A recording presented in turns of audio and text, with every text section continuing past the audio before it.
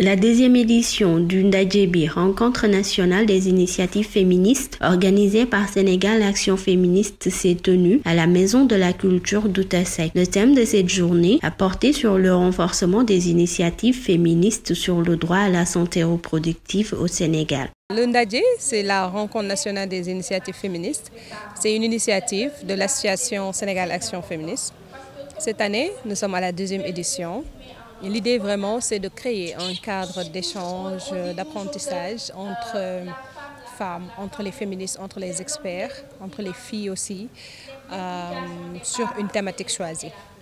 Et cette année, on a choisi le droit à la santé sexuelle et reproductive et aussi apporter notre contribution au plaidoyer sur la demande d'autorisation et l'application de l'article 14 du protocole de Maputo. On a voulu aussi parler de l'hygiène menstruelle parce que pour nous, c'est deux choses, en fait, deux thématiques qui vont de pair. Et l'idée vraiment, c'est de réfléchir sur comment rendre beaucoup plus accessibles les produits hygiéniques, mais aussi parler de l'accessibilité en fait, et d'hygiène menstruelle carrément. On a voulu inviter des experts, des activistes féministes qui ont initié des actions, apprendre de leur réussite, mais aussi de ce qui n'a pas pu marcher.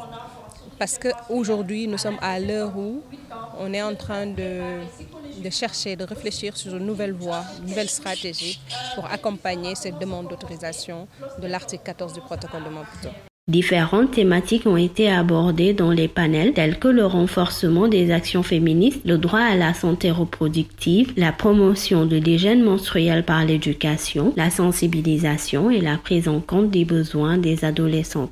Nous nous sommes retrouvés pour discuter autour de la thématique de l'avortement sécurisé en cas d'inceste ou de viol et revenir un peu sur les bases du protocole de Maputo, lequel protocole a été ratifié par l'État sénégalais et qui malheureusement n'est toujours pas mis en application.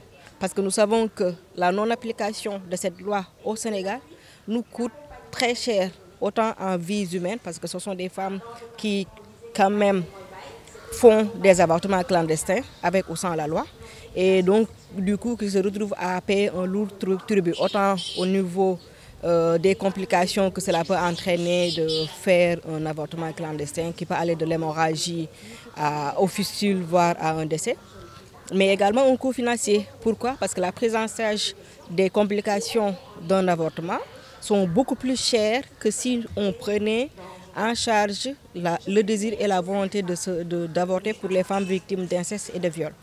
Donc c'était aussi le prétexte pour voir les différentes démarches et manières de procéder dans le contexte sénégalais, parce que c'est vrai que les réseaux des féministes du Sénégal ont une approche par rapport à cette reconnaissance du droit des femmes, des droits humains des femmes, notamment sur cette question d'avortement, d'interruption de grossesse, mais également d'autres démarches qui pourraient être communautaires, comment discuter avec les communautés pour voir effectivement la nécessité aujourd'hui d'aller vers cette loi.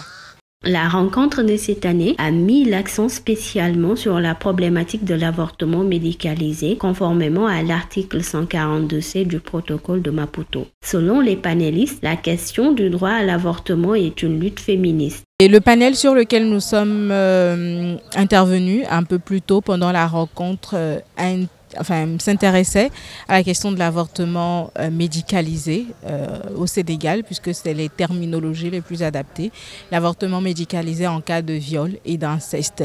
Et pour Audace, être sur un panel comme celui-là répond à notre mandat de faciliter la synergie entre les différents acteurs de la région, mais en partant également d'un ancrage national. Donc avec les différents acteurs et les actrices, je dirais les différentes actrices qui étaient sur ce panel, nous avons déjà eu des interactions, tant dans l'approche institutionnelle que militante, que communautaire, ou même avec des professionnels de santé au niveau du Sénégal.